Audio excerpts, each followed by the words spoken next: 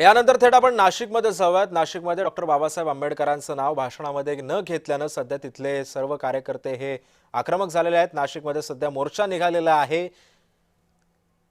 पोलिसांचा कडेकोट बंदोबस्त सुद्धा तैनात करण्यात आलेला आहे। मंत्री गिरीश महाजन यांनी एका भाषणामध्ये 26 जानेवारीच्या भाषणामध्ये डॉक्टर बाबासाहेब आंबेडकरांचं नाव घेतलं नव्हतं आणि याच निषेधार्थ सध्या नाशिक रोड परिसरामध्ये मोर्चाचं आयोजन करण्यात आलं। भाषणामध्ये डॉक्टर बाबासाहेब आंबेडकरांचा उल्लेख न केल्याचं प्रकरण होतं आणि याच विरोधात गिरीश महाजनांच्या विरोधामध्ये सध्या हा मोर्चा निघालेला आहे। पोलिसांचा कडेकोट बंदोबस्त सुद्धा तैनात करण्यात आलेला आहे। कोणतीही जीवितहानी घडू नये किंवा कोणताही अनुचित प्रकार घडू नये यासाठी सध्या पोलीस तैनात आहेत।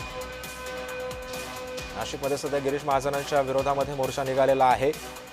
डॉक्टर बाबासाहेब आंबेडकरांचं नाव न घेतल्यामुळे नाशिक रोड पासून मोर्चाला सुरुवात झाली आहे।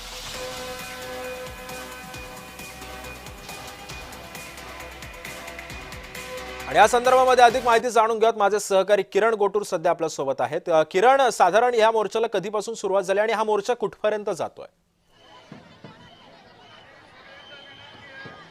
सिद्धेश, आताच काही वेळा आधी या संपूर्ण मोर्चाला जे आहे ते सुरुवात झाल्याचं आपल्याला बघायला मिळतोय।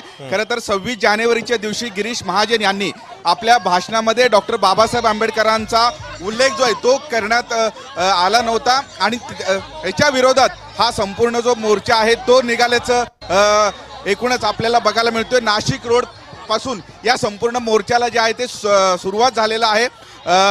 नाशिकच्या शालिमार भागात असलेल्या डॉक्टर बाबासाहेब आंबेडकर यांच्या पुतळ्यापर्यंत हा संपूर्ण मोर्चा जो आहे तो जाणार आहे। नाशिक रोड पासून आताच काही वेळा आधी या संपूर्ण मोर्चाला जो आहे तो सुरुवात झाल्याचं आपल्याला बघायला मिळतोय। जन आक्रोश महामोर्चा हे नाव जे आहे ते देण्यात आलेलं आहे आणि मोठ्या प्रमाणात विविध संघटना ज्या आहेत ते मोर्चामध्ये सहभागी झालेले आहेत। गिरीश महाजन यांच्या विरोधात जोरदार घोषणाबाजी हे कुठेतरी एकूणच केला जातोय आणि संपूर्ण या मोर्चा दरम्यान पोलिसांचा बंदोबस्त सुद्धा मोठ्या प्रमाणात हे लावण्यात आलेलं आहे। अनेक जे वेगवेगळ्या पद्धतीचे बोर्ड जे आहे ते हातात घेऊन नागरिक या मोर्चामध्ये सहभागी झालेले आहेत। संविधान वाचवा, लोकशाही टिकवा अशा पद्धतीचे बोर्ड आहेत आणि हे बोर्ड घेऊन हे सगळे मोर्चाकारी जे आहेत ते मोर्चामध्ये सहभागी झाल्याचं आपल्याला बघायला मिळत आहे। पण किरण, एकंदरीतच हा सगळा विषय जो होता तो अतिशय तापलेला होता। त्यानंतर अनेक राजकारण्यांनी सुद्धा याच्या संदर्भामध्ये निषेध नोंदवला होता। गिरीश महाजनांचं या मोर्चा संदर्भामध्ये काही स्पष्टीकरण आलंय? त्यांनी काही समजूत घालण्याचा या आंदोलकांचा प्रयत्न केलाय का? खरं तर सिद्धेश, या आधीच गिरीश महाजन यांनी या संपूर्ण या प्रकरणी दिलगिरी व्यक्त केलेली आहे। डॉक्टर बाबासाहेब आंबेडकरांचा जो नावाचा उल्लेख आहे ते गिरीश महाजन यांनी आपल्या भाषणामध्ये जे 26 जानेवारीचं भाषण होतं त्या भाषणामध्ये घेतला नव्हता आणि त्यानंतर अनेक नेत्यांनी वेगवेगळ्या पद्धतीने आरोप किंवा टीका गिरीश महाजन यांच्यावरती केलेली होती आणि त्यानंतर अनावादानाने माझं जे आहे हे नाव घेण्यामध्ये मी विसरलो अशा पद्धतीची भूमिका गिरीश महाजन यांनी मांडली होती। पण आज या सगळ्या विरोधात हे मोर्चा जे आहे ते नाशिकमध्ये निघालेला आहे। नाशिक रोड पासून हा खरं तर हा मोर्चा जो आहे तो निघाल्याचा आपल्याला बघायला मिळतोय। मोठ्या प्रमाणात जे नागरिक उल्लेख केला की याच्या आधी सुद्धा गिरीश महाजनांनी दिलगिरी व्यक्त केलेली होती, मात्र मग दिलगिरी व्यक्त केली होती तरी सुद्धा मग मोर्चा का काढला जातोय? यांच्या मागण्या नेमक्या काय आहेत? काय वातावरण आहे सध्या?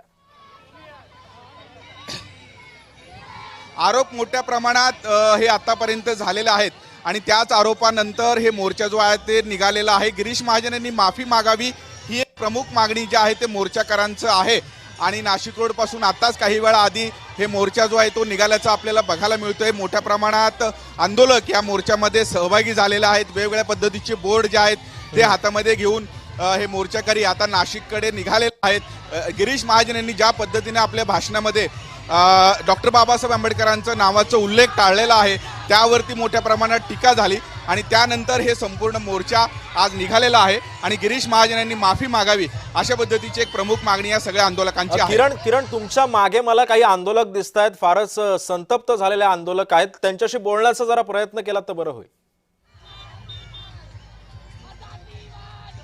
मी काही आंदोलकांशी बोलण्याचा प्रयत्न करतोय। ताई, मोर्चामध्ये सहभागी झालेत आपण, काय मागणी आहेत आपले काय मागणी? सॉरी आता बोलण्यासाठी हे आंदोलक जे आहेत ते नकार देत आहेत। आम्ही आमची भूमिका नंतर मांडू अशा पद्धतीची भूमिका या लोकांची आहे। काय मागणी?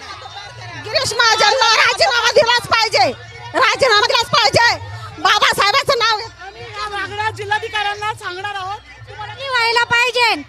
बदली व्हायला पाहिजे, त्याला काढून द्यायला पाहिजे. गिरीश महाजन यांनी माफी मागावी अशा पद्धतीने नक्कीच किरण, त्यामुळे या सर्व आक्रोश आंदोलकांचा संताप आपल्याला पाहायला मिळतोय. गिरीश महाजनांनी राजीनामा द्यावा अशी मागणी या सर्व संतप्त आंदोलकांनी केलेली आहे.